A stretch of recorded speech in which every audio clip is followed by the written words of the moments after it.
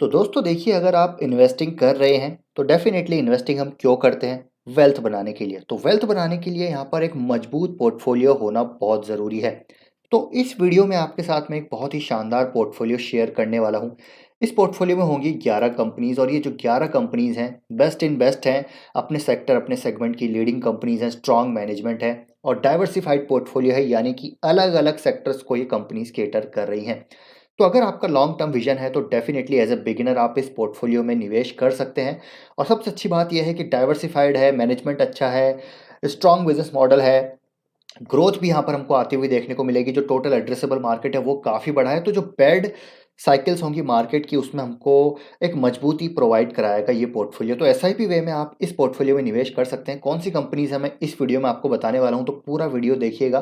बीच बीच में कुछ different insights और इंटरेस्टिंग पॉइंट्स भी आपके साथ साझा करूंगा, टेक्निकल चार्ट पे भी देखेंगे। तो पूरा देखिएगा वीडियो। और अभी तक ब्रेकआउट स्टॉक्स चैनल को सब्सक्राइब नहीं किया है तो इसको भी सब्सक्राइब कर लीजिए। कुछ शानदार सेटअप मेरे रडार में आए हैं जो आपके साथ में इस चैनल पे शेयर करने वाला हूं, तो सब्सक्राइब इसको जरूर कर लीजिए। अब पहली कंपनी है जिसके बारे में हम बात करेंगे वो है दोस्तों यहाँ पर Bajaj finance. One and only Bajaj finance NBFC sector को ये कंपनी केटर करती है। अगर इस कंपनी की हिस्ट्री देखी जाए तो ये कंपनी लगातार डबल डिजिट में ग्रो हो रही है और स्टॉक प्राइस इसका आप देखिए 10 साल से 50% सीएजीआर के साथ वेल्थ बना के दे रहा है निवेशकों को। और एनबीएफसी की जब बात की जाए तो ये जो सेगमेंट है, ये जो सेक्टर है, इंडिया जैसी कंट्री में हमको और भी ग्रो होता हुआ देखने को मिलेगा। तो यहाँ पर जो क्लीन बैलेंस शीट वाले, क्लीन मैनेजमेंट वाले जो एनबीएफसीज हैं उसमें आपको निवेश करना ज़रूरी है। और तो यहाँ पर बजाज फाइनेंस की ग्रोथ कंसिस्टेंट बेसिस पे हमको आगे भी आती हुई देखने को मिल सकती है, क्योंकि जब हम बात करते हैं यहाँ पर फिनटेक की तो उसमें भी एक कदम रख रहे हैं, अपने पूरे एक इकोसिस्टम को क्रिएट कर रहे हैं।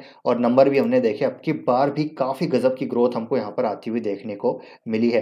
तो बजाज फाइनेंस में आप निवेश कर सकते हैं। मैं ऐसा नहीं कहता कि यहाँ से ये स्टॉक ऊपर ही जाएगा, हो सकता है थोड़ा कंसोलिडेट करे, हो सकता है थोड़ा नीचे आए, लेकिन एसआईपी वे में आप एक लॉन्ग टर्म नज़रिया रखते हैं तो इस स्टॉक को ज़रूर आप एक्यूमुलेट कर सकते हैं। और एक ब्लू चिप कंपनी है, कोर पोर्टफोलियो का पार्ट है, तो इसको आप हर गिरावट पे ऐड कर सकते हैं। नंबर अच्छे आए थे, गिरावट हो रही है, हो सकता है ये 6800 तक आए तो वहाँ पर और बाय कर सकते हैं। अगर और गिरता है तो एसआईपी वे में आप इसको बाय ऑन डिप्स कर सकते हैं। सेकंड कंपनी है दोस्तों यहाँ पर आईटी सेक्टर की, वो है इन्फोसिस। बहुत ही शानदार कंपनी है, गजब का मैनेजमेंट है और आईटी सेक्टर अभी डेफिनेटली प्रेशर में चल रहा है। लेकिन अगर हम डिजिटाइजेशन की बात करते हैं, हम यहाँ पर टेक्नोलॉजी की बात करते हैं, तो एक कोर सेक्टर बन चुका है अब ये किसी भी इकोनॉमी के लिए। और इंडिया जैसी ग्रोइंग इकोनॉमी के लिए टेक्नोलॉजी यहाँ पर तो आप समझ सकते हैं कि कितनी रिक्वायर्ड है। और यहाँ पर किसी भी सेक्टर में आप जाइए, टेक्नोलॉजी की रिक्वायरमेंट है, क्योंकि अगर आपको किसी भी दूसरे बिजनेस को यहाँ पर ओवरटेक करना है, बीट करना है, ग्रोथ करनी है, तो टेक्नोलॉजी का रिक्वायरमेंट तो आएगा ही आएगा। वहाँ पर आपको अपने इकोसिस्टम को डिजिटाइज्ड करना ही पड़ेगा। और यहाँ पर इन्फोसिस, टीसीएस जैसी कंपनीज आपको कंसिस्टेंट बेसिस पे ग्रो होती हुई देखने को मिलेगी। कंपनी लगातार डबल डिजिट में ग्रो हो रही है, स्टॉक प्राइस में 20% की ग्रोथ पिछले 10 साल से हमको देखने को मिल रही है। और अभी स्टॉक की बात की जाए तो करेक्शन पे देखने को मिल रहा है, तो इस करेक्शन का आप ज़रूर फ़ायदा उठा सकते हैं। हालांकि यहाँ पर बेस बनता हुआ नज़र आ रहा है, लेकिन अभी भी ऊपरी स्तरों से काफ़ी करेक्शन पे है, तो आप इसको करंट मार्केट प्राइस पे भी उठा सकते हैं। और यहाँ पर अगर और गिरता है स्टॉक तो 1400 तक आता है तो आप इसको और बाय कर सकते हैं। ये कंपनीज ऐसी हैं दोस्तों, यहाँ पर आप हर डिप पे इसको ऐड कर सकते हैं। ये मत सोचिए कि स्टॉक यार भाग गया है तो आप कब बाय करें, वेट कर, नहीं, धीरे धीरे आप एसआईपी वे में बाय कर सकते हैं। लॉन्ग टर्म का नजरिया रखिए। आप ये मत सोचिए कि 3 महीने में वेल्थ बनेगी, आप ये सोचिए कि 3 साल मुझे रखना है इस स्टॉक को, मुझे 5 साल रखना है, 10 साल रखना है। जो आपके लॉन्ग टर्म रिटायरमेंट गोल्स हैं उनको ये कंपनीज पूरा करती हुई नजर आएंगी। तो ये है दूसरी आईटी सेक्टर से। तीसरी है दोस्तों बैंकिंग सेक्टर से, one and only private sector leader bank HDFC bank. और इसकी ग्रोथ की बात करें तो ये इतनी बड़ी कंपनी होने के बावजूद लगातार 20% ईपीएस ग्रोथ है। स्टॉक प्राइस में ग्रोथ नहीं आई है पिछले 3 साल से, लेकिन ये कंपनी भी आपको भागती हुई देखने को मिलेगी। और ये बैंक ऐसा बैंक है जो मुझे लगता है टू बिग टू फेल है, फेल तो होने वाला है नहीं। और यहाँ पर 15 से 20% की ग्रोथ हमको आराम से इसके ईपीएस में आती हुई देखने को मिल सकती है, क्योंकि अभी अपने ब्रांच नेटवर्क को ये बहुत बड़ा बना रहे हैं। मैं खुद देख चुका हूँ ग्राउंड लेवल पे कि कितनी तेज़ी से ये ब्रांच ओपनिंग कर रहे हैं। हर 2-3 किलोमीटर में मुझे एक एचडीएफसी की ब्रांच देखने को मिल रही है आजकल, और भी कई खुल रही हैं। तो मतलब अपने फिजिकल मॉडल को ये यहाँ पर और मजबूत करें, यानी कि डिजिटल प्लस फिजिकल। और बैंकिंग सेक्टर तो यहाँ पर देखिए ग्रो होगा, इकोनॉमी ग्रो होगी तो बैंकिंग सेक्टर के कंधों पे ही होगी। वो एनबीएफसी भी हो सकती है और यहाँ पर जो मेन लेंडर्स हैं प्राइवेट बैंकिंग के वो भी हो सकते हैं। तो एचडीएफसी बैंक में भी आप ज़रूर निवेश कर सकते हैं। यहाँ पर आईसीआईसीआई बैंक और कोटक बैंक को भी आप ज़रूर इंक्लूड कर सकते हैं। और देखिए काफ़ी टाइम से स्टॉक कंसोलिडेट कर रहा है। पिछले 1.5 साल से स्टॉक ने बिल्कुल रिटर्न बना के नहीं दिए हैं, लेकिन अब यहाँ पर धीरे-धीरे ऐसे प्रतीत हो रहा है कि स्टॉक अब यहाँ पर चलता हुआ हमको देखने को मिलेगा। नहीं भी चलता, थोड़ा और कंसोलिडेट होता है तो इन्वेस्टर ऐसे हमको खुशी मनानी चाहिए कि यार हमको और मौका मिल रहा है यहाँ पर बाइंग करने का, क्योंकि जब ये ब्रेकआउट देगा इस कंसोलिडेशन ज़ोन का तो यहाँ पर तेज़ी आएगी और फ्रेश रैली हमको आती हुई देखने को मिलेगी, क्योंकि काफ़ी सारे मोमेंटम इन्वेस्टर्स और यहाँ पर आते हुए नज़र आएँगे। तो एज़ इन्वेस्टर हमको तो करेक्शन पे बाय कर रहा है, नीचे गिरता है 1300 तक ये स्टॉक आता है तो बेस्ट बाय यहाँ पर हो सकती है एचडीएफसी बैंक की। और इस लेवल पे भी मुझे लगता है बहुत महंगा यहाँ पर अभी भी नहीं है। बाकी शॉर्ट टर्म वाले देखिए उनकी बात मैं नहीं कर रहा हूँ। शॉर्ट टर्म वाले ब्रेकआउट जो है लेवल्स रेजिस्टेंस के लेवल के ऊपर ही बाय कीजिएगा, जो कि है 1721।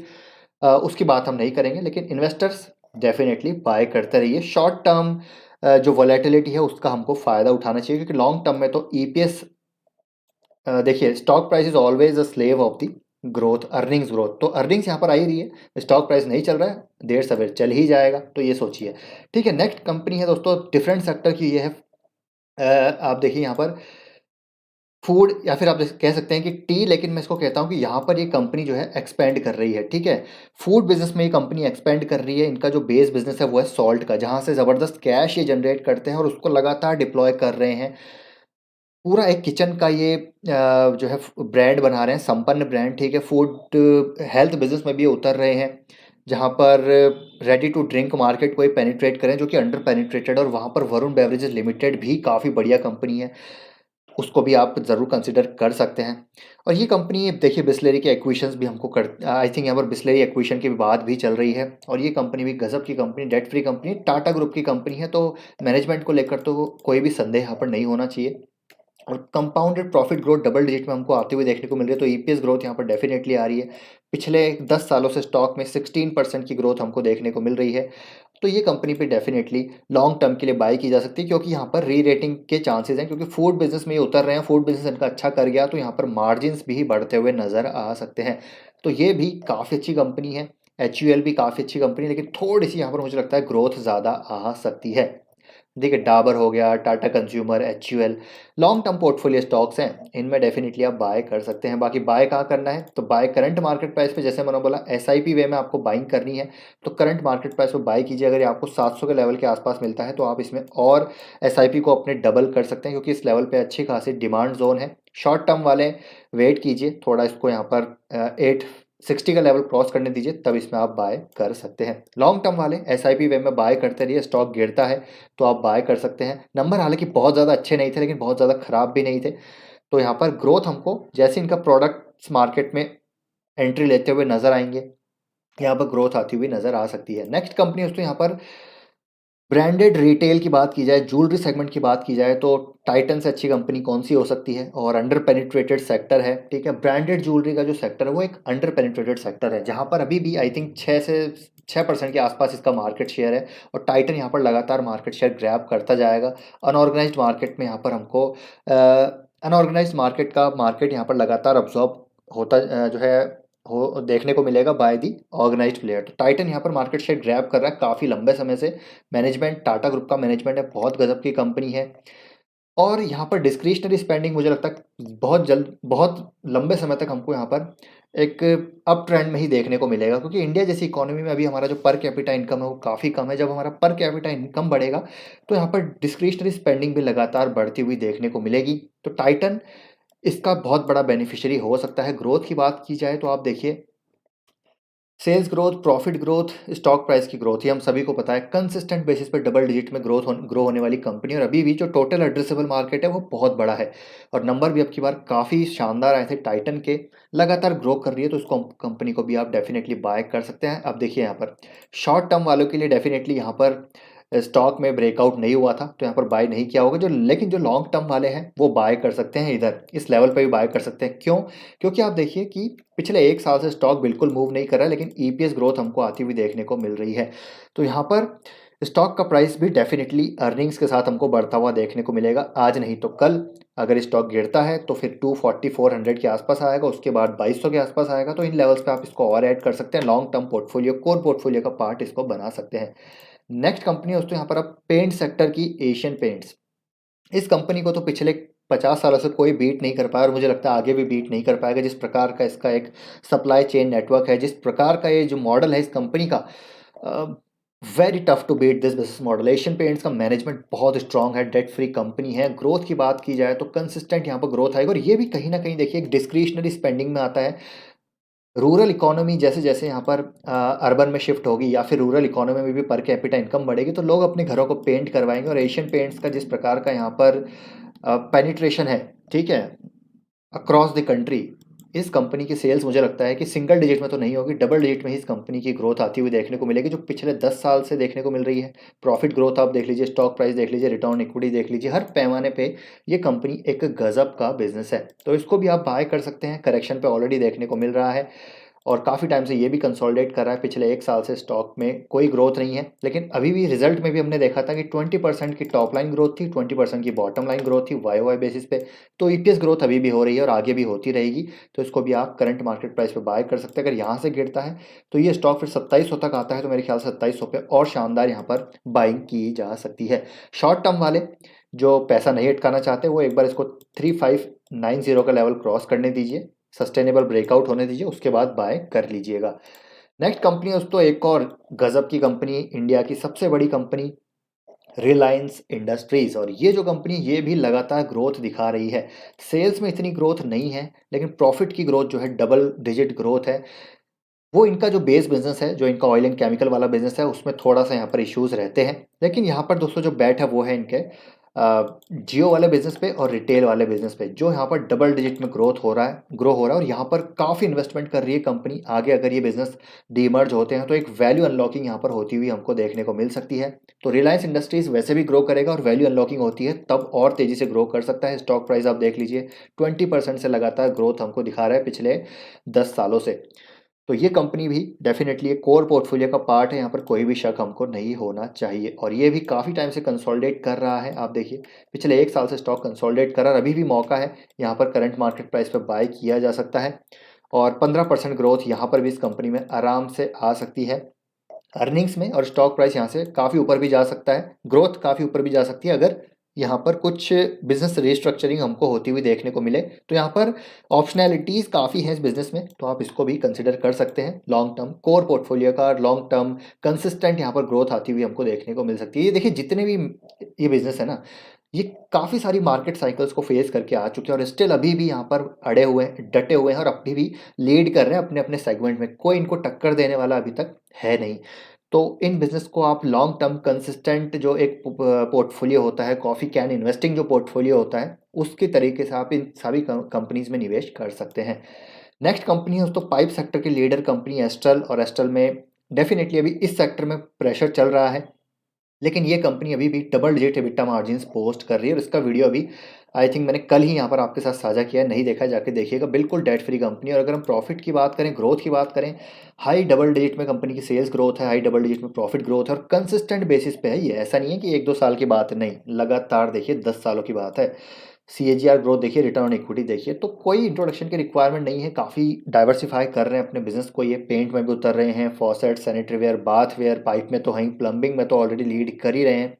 और यहाँ पर इंडिया जैसी इकोनॉमी में ये सेगमेंट भी हमको ग्रो करता हुआ देखने को मिलेगा। तो ये जो स्टॉक है ये भी पिछले देखिए 1.5 साल से कंसोलिडेट कर रहा है।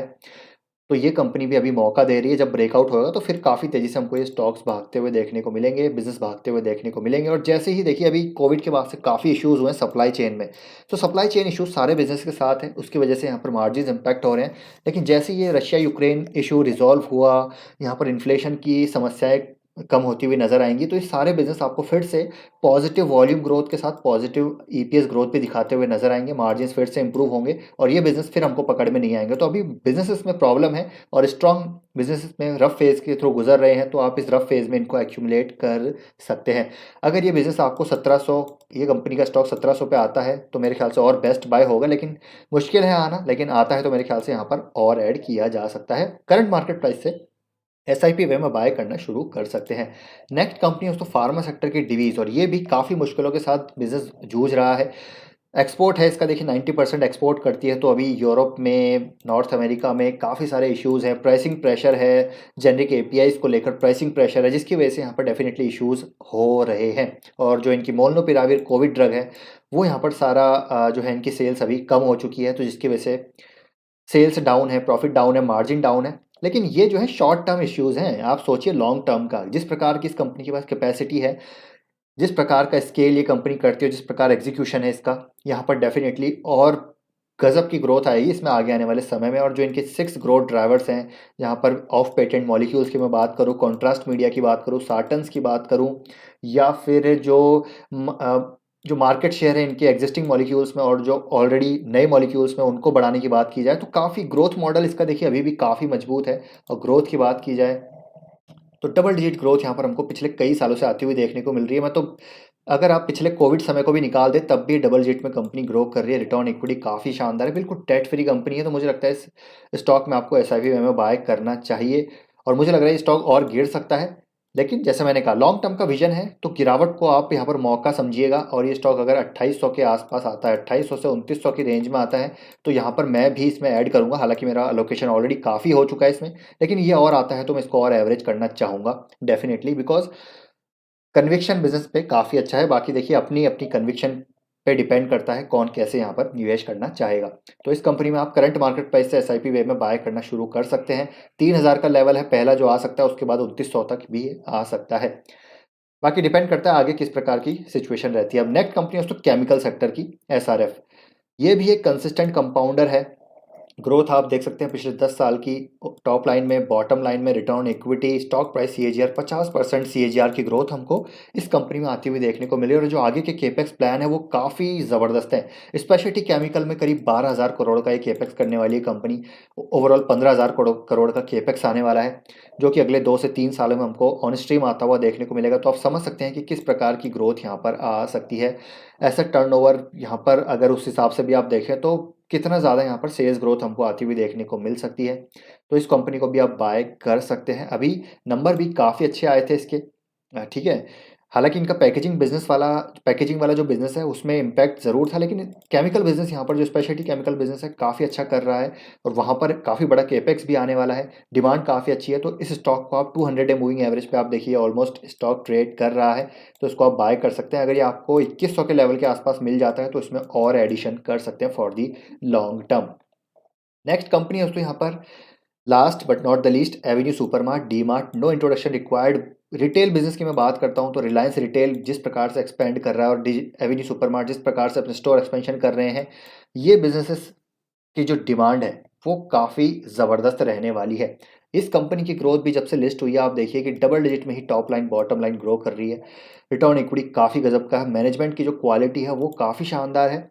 और यहाँ पर मुझे लगता है कि long term consistent cash flow वाला ये बिजनेस है। यहाँ पर हमको ईपीएस ग्रोथ तो हमेशा डबल डिजिट में ही आती हुई देखने को मिलेगी। असेंशियल कैटेगरी में है, असेंशियल कैटेगरी, और आपको पता है कि असेंशियल कैटेगरी में कभी भी हमको रिसेशन देखने को नहीं मिलता, तो इनके स्टोर्स पे तो हमेशा भीड़ देखने को मिलेगी ही मिलेगी। और 200 डे मूविंग एवरेज पे मिल रहा है ये एक कंसिस्टेंट कंपाउंडर स्टॉक, तो इस लेवल पे बाय किया जा सकता है एसआईपी वे में। अगर और करेक्ट होता है तो ये स्टॉक फिर 3800 तक भी आ सकता है, और उसके बाद फिर और गिरता है तो और नीचे भी आ सकता है। लेकिन जितना नीचे आएगा और रिस्क रिवॉर्ड रेशो फेवरेबल होगा, और एसआईपी वे में एवरेजिंग वहाँ पर की जा सकती है फॉर द लॉन्ग टर्म। तो ये है दोस्तों 11 स्टॉक्स और 11 स्टॉक का पोर्टफोलियो जिसको आप डेफिनेटली कंसिडर कर सकते हैं अगर आपका लॉन्ग टर्म विजन है। तो अगर आप यहाँ पर एक्सपेक्ट कर रहे हैं 15% कंसिस्टेंट सीएजीआर ग्रोथ अपने पोर्टफोलियो की, तो ये पोर्टफोलियो मुझे लगता है कि डेफिनेटली 15% से भी ज़्यादा दे सकता है। कोई यहाँ पर मुझे तो डाउट नहीं है, बाकी आपका क्या मानना है वो आप ज़रूर कमेंट बॉक्स में शेयर कीजिएगा। बाकी यहाँ पर देखिए ऐसा नहीं है कि आपको इसी पोर्टफोलियो में निवेश करना है। जो विंटेज हो चुके हैं, जिनको थोड़ी समझ हो चुकी है, वो स्मॉल कैप मिड कैप्स में भी लोकेशन दे सकते हैं, जो कि हम हमेशा बात करते ही रहते हैं। तो आई होप दोस्तों ये वीडियो इन्फॉर्मेटिव लगा होगा, पसंद आया तो लाइक शेयर, चैनल को सब्सक्राइब कर लीजिए, लाइक ज़रूर कीजिएगा दोस्तों, वीडियो को एफर्ट को जरूर अप्रिशिएट कीजिएगा। मिलते हैं नेक्स्ट वीडियो में, till then take care, bye bye.